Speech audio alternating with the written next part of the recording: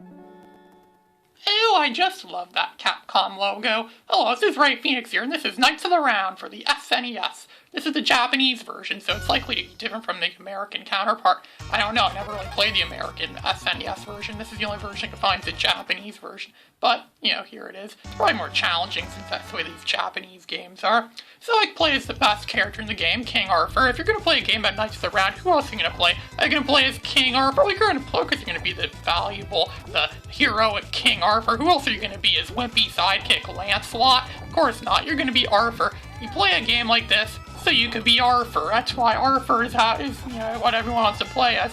Like in Captain Commando, or always play as Captain Commando. You don't play a Captain Commando game so you could be the baby Commando, or the mummy Commando, or the ninja Commando. No, you play so you could be Captain Commando. You don't play a Batman game so you could play as his scrawny little sidekick Robin. No, you play a Batman game so you could be Batman, ain't that right? Well, this is kind of like we're being King Arthur. The guy's gonna save England from evil invaders or something like that, some evil invaders from some other kingdom or country, whatever they call them this time. They have to fight their soldiers, go hand-in-hand combat. This game I don't think has much of a story, but again, a lot of games these days don't really have much of a story. I also have this game on the Capcom Classics Collection Volume 2 for the PS2, but this is the SNES version. So here's the first boss of the game. His name's Scorn. What an awesome name for a bad guy, Scorn. It's gonna scorn you. You know, like a scorn trooper, scorn trooper. It's good if you can scorn you. More, no. Oh, yeah, Scorn. So you see, you kicked my butt there, but I could get back up and, beat him down. There's actually a move you could do where you press 2 buttons on the controller at a time, and you do some sort of thing where it kind of nukes all the character, all the bad guys on the screen. But it does take up some of your health, kind of like a lot of these Capcom games have things like that. And so did Batman Returns on the SNES. Batman Returns on the SNES kind of has something like that. I'll be doing an LP of that game soon enough, I think. I actually played that game. It was the first time in over 2 years I played that game, and I beat the game. This is what happens if you complete level. Just a stage clear, get bonus points, you get upgrades. You're kind of weak at the beginning of this game, but as you play through the game, you get armor upgrades, you become stronger, you get sword upgrades too, which also makes you stronger. Now we're fighting the Birdman, as you can see, the good old Harvey Birdman. I don't think he's Harvey Birdman. He's probably an ancestor of him. You come to think of it, do you ever wonder what your ancestors did? This is probably what our ancestors did hundreds and hundreds of years ago, back in the medieval times. I know my ancestors definitely did stuff like this, and hundreds of years later, their great-great-great-great-great-great-great-great-great-great-grandchildren are playing video games about them.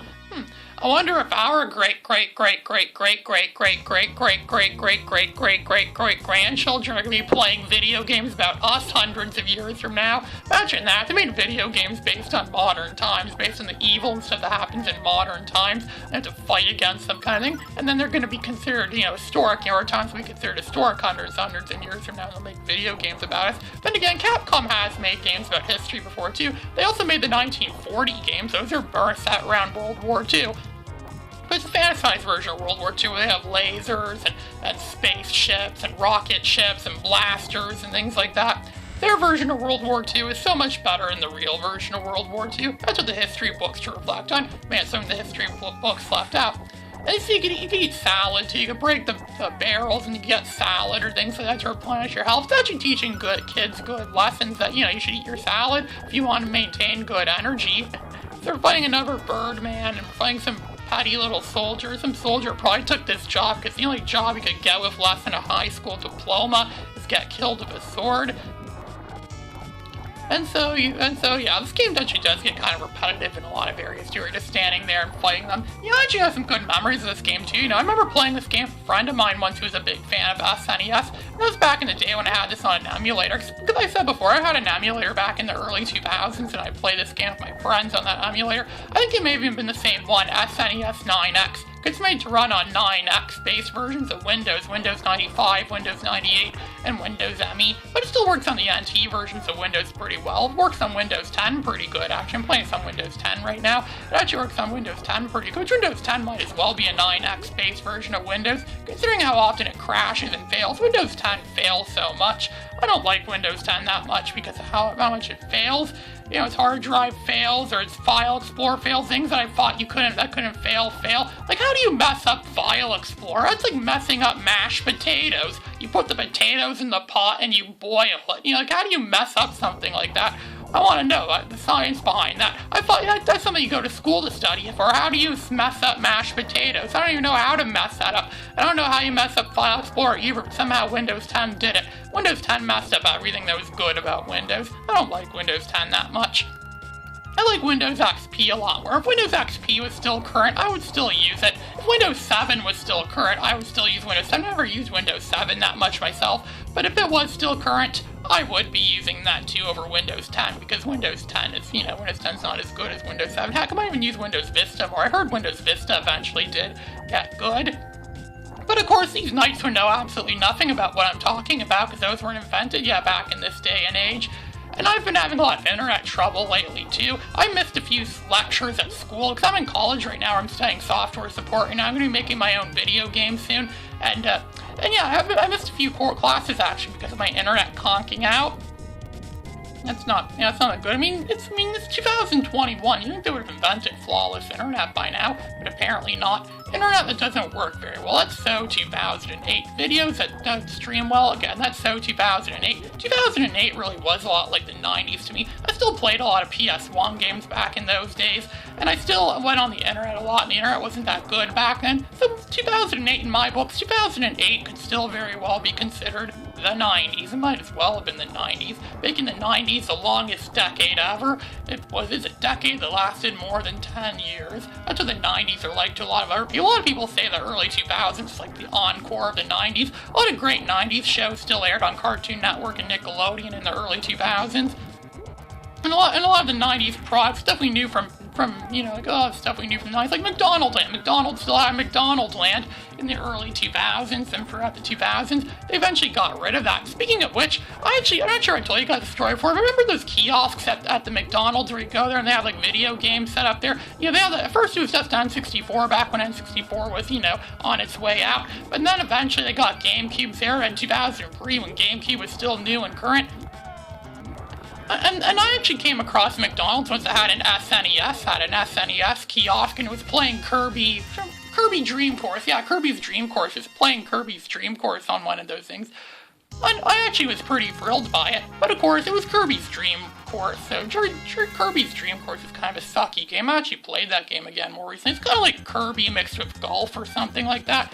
It's not good golf. They should have just stuck with, two separate things. At least it's not like that golf game on the SNES or Sega Genesis, where you play a frickin' picture, where you just move something around and the picture is still image change. Just a bunch of still images and they call it a game. You play a frickin' picture. It's not a game, it's a picture. It's a picture game. You're just moving pictures around. I mean, that's technically what you do when you play these other video games, but still, it's like you're just moving a frickin' picture. It's frickin' still image. Might as well have been an art gallery that was just last minute branded as being a video game. That's not a video game, it's a frickin' art gallery. Speaking of which, I actually found an interactive art gallery the other day on the internet. It was cool. It was like in those Namco museums where it's first person, you can walk around the museum, and I viewed a bunch of art that was made by Stuart Sutcliffe, one of the original bassists from the Beatles, that guy that left the Beatles so he could pursue a career in visual art. Stuart Sutcliffe has kind of scared me, actually, because I have a lot of headache issues like him. I get headaches all the time on a regular basis, just like Stuart Sutcliffe did. And Stuart Sutcliffe later died from a brain aneurysm when he was 21 years old. I outlived Stuart Sutcliffe by quite a few years now, but I'm afraid I might have the same thing happen to me now. I probably won't. I don't think I'm going to get a brain aneurysm ever, but you never know. All sorts of, unexpected things happen. I thought by now I'd have lived by myself in my own house, or somewhere in tropical southern United States or Australia. I wish I could have lived somewhere like that by now, but oh no, I don't. I'm still more hopelessly marooned in this hick town that I live in, this stupid town. It's kind of like Smallville, the town Superman grew up in, only it's way worse. It's filled with a bunch of criminals. It's a town run by criminals. There's people that, I don't know, I'm not gonna say what they do, but there's a lot of crime town. There's like people break into stores, they steal stuff. I bet a lot of people run scam call centers in their basements or things like that, because no one would expect a scam like one of those, like the scams that Lewis's Tech busts out all the time. No one would expect them. They always come from suburbs in India, but no one would ever expect that they come from a small town like the town that I lived in. It's a small, upper class or middle class down. But again, it's in the modern developed world, but still kind of a slum, I would say. So there's a lot of slums in the modern developed world. The modern developed world is not perfect. The medieval times wasn't perfect, and neither is today. There is no such thing as the perfect period in history.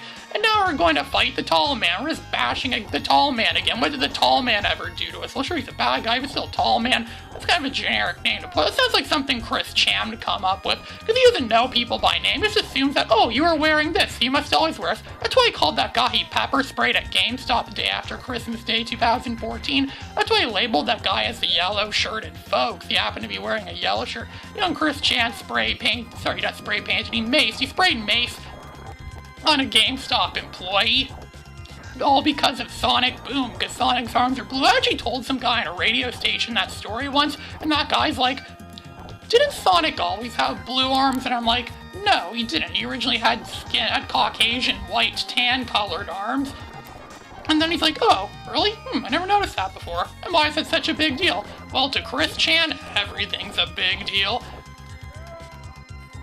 Everything. I wonder if Chris Chan's ever played this game. I bet I could play this game. I've never beaten this game before. I play this game a lot, but I never beat it before. Well, I beat the arcade version before. That's because you get unlimited continues on the PS2, because it's supposed to be in lieu of putting another quarter in the arcade machine, which is what you had to do with the original arcade cabinet. But of course, you don't have that on the SNES, and instead they give you, continues. You have to get through the whole game without using up all your continues. Because the SNES, you can't put quarters into your SNES. It'd be cool if they did make something like that, though, where you just throw quarters or coins, things like that, into your SNES system, so you could, keep playing or things like that if you have more quarters. That would have been pretty cool, but nah, they never would have really done that in real life. And I never gotten past this boss once in my life, I don't think. I've ever beaten this boss. You're gonna see me fail big time.